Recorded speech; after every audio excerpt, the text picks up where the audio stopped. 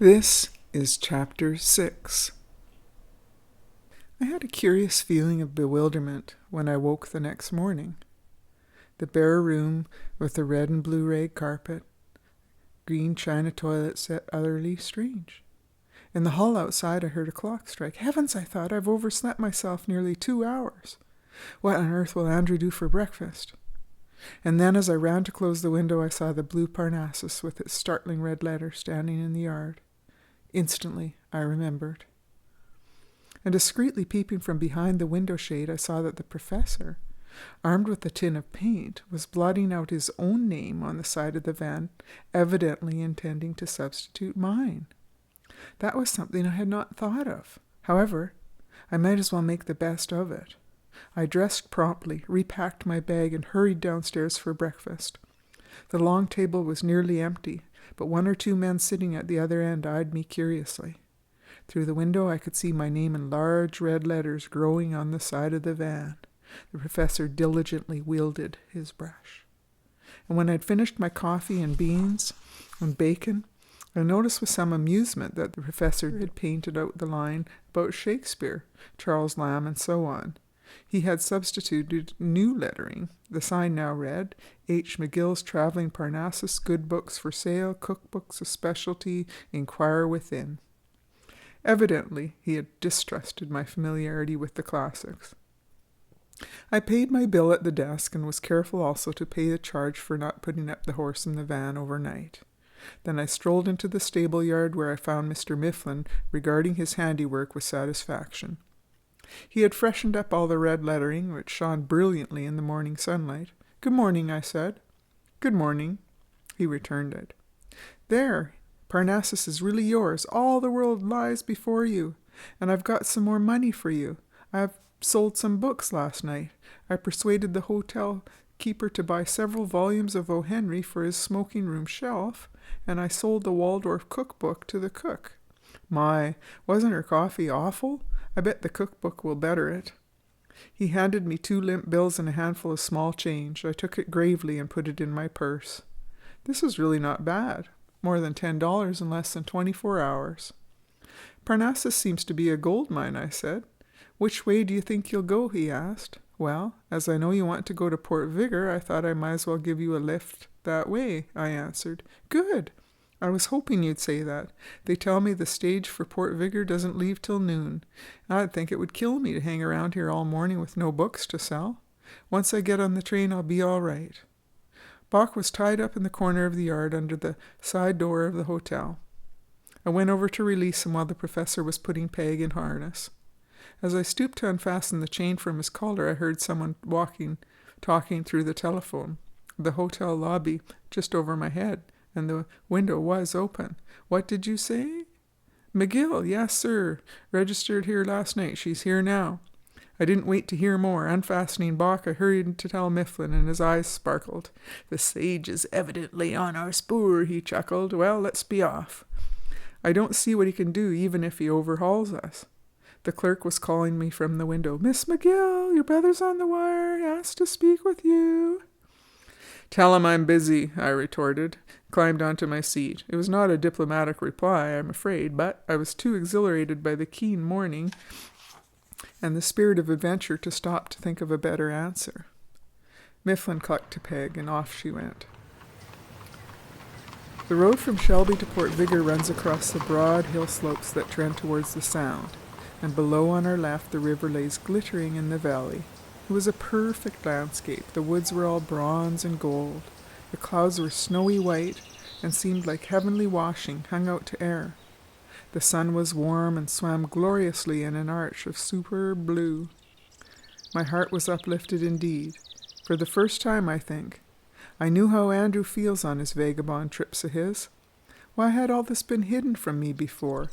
Why had the transcendent mystery of baking bread blinded me for so long to the mysteries of sun and sky and wind in the trees? We passed a white farmhouse close to the road. By the gate sat the farmer on a log whittling a stick and smoking his pipe.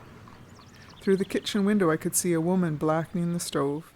I wanted to cry out, "Oh, silly woman, leave your stoves, your pots, your pans, your chores, even if only for one day. Come out and see the sun and the sky and the river in the distance." The farmer looked blankly at Parnassus as we passed, and then I remembered my mission as a distributor of literature. Mifflin was sitting with one foot on his bulging portmanteau, watching the treetops rocking in the cool wind. He seemed to be far away in a morning muse. I threw down the reins and accosted the farmer. "Good morning, friend." "Good morning to you," he said firmly. "I'm selling books. I wonder if there isn't something you need." "Thanks, lady, but I bought a more of books last year and I don't believe I ever read 'em this side Jordan. Whole bunch of funereal orations. What an agent left me, $1 a month. I could qualify as an earnest mourner in any deathbed merrymaking now, I reckon." "You need some books to teach you how to live, not how to die," I said. "How about your wife? Wouldn't she enjoy a good book? How about some fairy tales for the children?" "Bless me," he said, "I ain't got a wife. I never was a daring man, and I guess I'll confine my melancholy pleasures to them funereal orators for some time yet." "Well, now, hold on a moment," I exclaimed. "I've got just the thing for you. I've been looking over the shelves with some care, and I remembered I had a copy of Reveries of a Bachelor." I clambered down, raised the flap of the van, it gave me quite a thrill to do it the first time, and hunted out the book. I looked inside the cover and saw the letters N.M. in Mifflin's neat hand. "Here you are," I said. "I'll sell that to you for 30 cents. "Thank you kindly, ma'am," he said courteously, "but honestly, I wouldn't know what to do with it. I'm working through a government report on scabworm and fungus, and a sandwich, a little of them funereal speeches within it. Honestly, that's about all I can read. Figure on that and Port Vigor Clarion." I saw that he really meant it, so I climbed back on the seat. I would have liked to talk to the woman in the kitchen who was peering out of the window in amazement, but I decided it would be better to jog on and not waste time. The farmer and I exchanged friendly salutes, and Parnassus rumbled on. The morning was so lovely that I did not feel talkative, and the professor seemed pensive, and I said nothing. But as Peg plodded slowly up the slope, he suddenly pulled a book out of his pocket and began to read aloud. I was watching the river and did not turn round, but I listened carefully. Rolling cloud, volleying wind, and wheeling sun, the blue tabernacle of sky, the circle of the seasons, the sparkling multitude of the stars. All these are surely part of one rhythmic mystic whole. Everywhere as we go on our small business, we must discern the fingerprints of the giant plan, the orderly, inexorable routine, and neither beginning nor end, in which death is but a preface to another birth, the birth of a certain forerunner of another death. We human beings are as powerless to conceive the motive of the moral of it all as a dog is powerless to understand the reasoning in his master's mind. He sees the master's acts, benevolent or malevolent, and wags his tail, but the master's acts are always inscrutable to him, and so with us. And therefore, brethren, let us take the road with a light heart. Let us praise the bronze of the leaves and the crash of the surf while we have eyes to see and ears to hear. An honest amazement at the unspeakable beauty of the world, as it is a comely posture for a scholar. Let us all be scholars under Mother Nature's eye. "How do you like that?" he asked. "A little heavy, but very good," I said. "There's nothing in it about the transcendent mystery of baking bread." He looked rather blank. "Do you know who wrote it?" he asked. I made a valiant effort to summon some of my governessly recollections of literature. "I give up," I said feebly. "Is it Carlyle?" "That is by Andrew McGill," he said, "one of his cosmic passages which are now beginning to be reprinted in school books. The blighter writes well."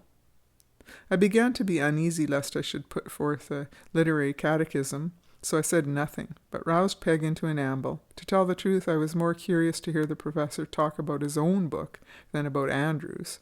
I had always carefully refrained from reading Andrew's stuff, and I thought it rather dull. "As for me," said the professor, "I have no facility at the grand style. I've always suffered from the feeling that it's better to read a good book than to write a poor one, and I've done so much mixed reading in my time that my mind is full of echoes and voices of better men. But this book I'm worrying about now really deserves to be written, I think, for it has a message of its own." He gazed almost wistfully across the sunny valley. In the distance I saw a glint of the Sound. The professor's faded tweed cap was slanted over one ear, and his stubby little beard shone bright red in the sun. I kept a sympathetic silence. He seemed pleased to have someone to talk to about his precious book.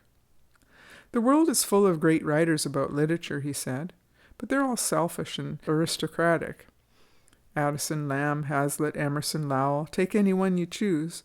They all conceive the love of books as a rare and perfect mystery for the few, a thing of the secluded study where they can sit alone at night with a candle and a cigar and a glass of port on the table and a spaniel on the hearthrug. What I say is, who's ever gone to the high roads and hedges to bring literature home to the plain man?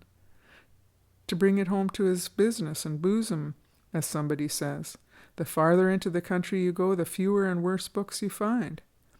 I've spent several years jogging around with the Citadel of Crime and the Bones of Ben Ezra. I don't think I've ever found one really good book except the Bible. At a farmhouse. Yet.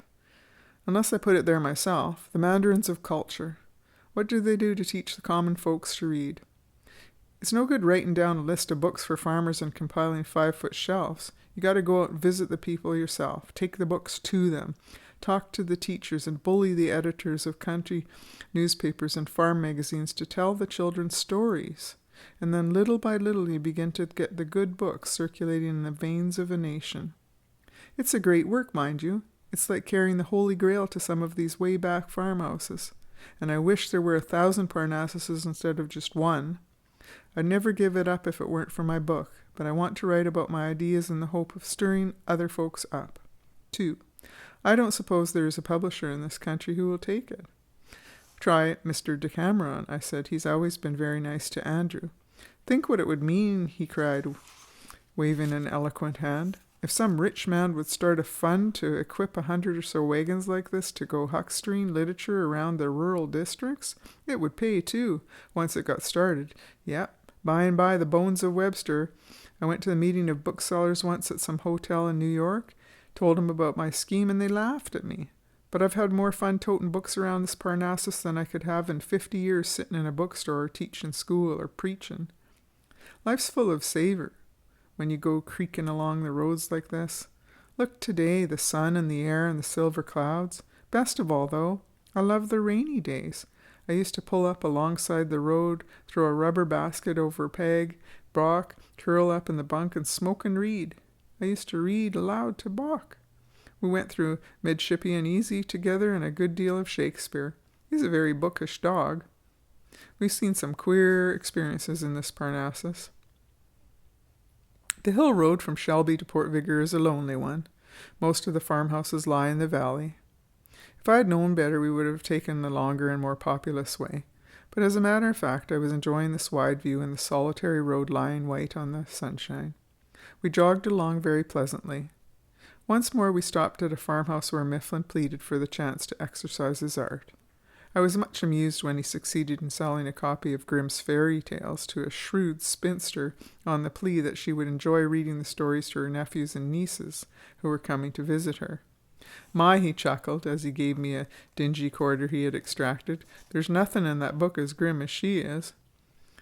A little farther on, halted by a roadside spring to give Peg a drink, and I suggested lunch. I had laid in some bread and cheese in Shelby, and with this and some jam we made excellent sandwiches. As we were sitting on the fence, a motor stage trundled past on the way to Port Vigor. A little distance down the road it halted and then went on again. I saw a familiar figure walking back towards me. "Now I'm in for it," I said to the professor. "Here's Andrew."